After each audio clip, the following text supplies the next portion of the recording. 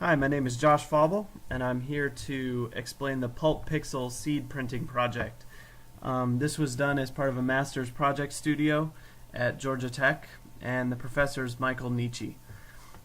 The purpose of this project is to explore paper as a material and to try new ways of embedding information into paper.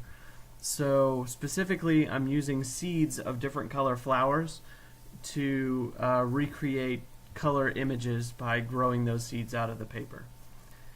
This is done by first crafting my own paper and then embedding the seeds in it in the process in whatever pattern I want.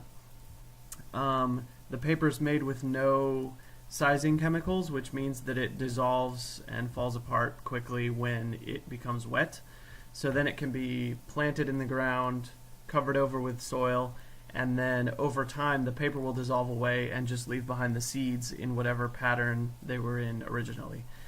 Then when the seeds grow, you get some kind of color image that matches whatever pattern you set out at the beginning. So to test this out, I used the classic 8-bit Mario sprite as my guide image.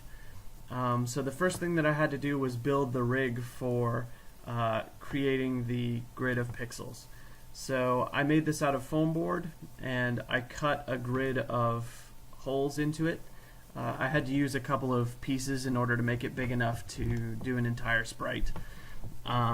Then for each of the holes in the grid, I used a plastic serving cup which I cut several irregular holes into so that seeds could be shaken through it and have them be somewhat randomly distributed when they come through onto the paper. So once this whole thing was built, I needed a way to organize and handle my seeds of the different colors. So I created a palette. This is basically just color-coded cups to use for keeping track of which seeds are which. I made them removable so that I could carry them around and use them wherever I needed them. So the next step was to actually make a big sheet of paper to print on. So I made the paper using a mold and decal. It was all done by hand. Unfortunately, I couldn't produce a sheet big enough for what I needed to do, so I had to patchwork it together using several smaller sheets. If I were to continue with this project in the future, I would need to come up with a way to do bigger sheets in a single pass, but for purposes of this, it worked fine. So I made this paper sheet. In this picture it's a little hard to see because it's white paper on a white felt background, but it's there. It's still wet and it's still just pulp.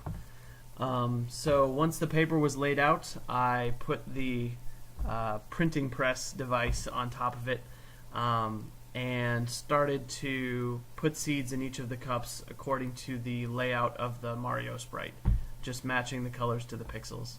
I had to use blue for his overall colors and for the color of his overalls instead of red because I ran out of one of the colors of seeds. So I ended up using 4 colors in all.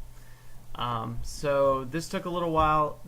Once all the seeds were distributed, I had my friend Gene help me shake the seeds loose onto the paper underneath. This shows us rattling them loose. Just took a few minutes, and then finally we lifted the thing away, and you can see the shape of the Mario sprite there on the paper. So that's basically all there was to it. The only step after this was to make one more layer of paper over the tops of the seeds, and then the whole thing is ready to be peeled off, dried out, and taken anywhere to plant.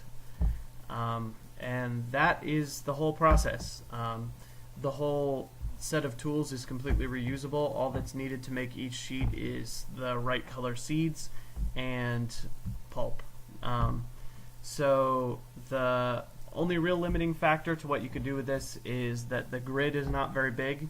You have to keep any designs down to a 12 by 16 area.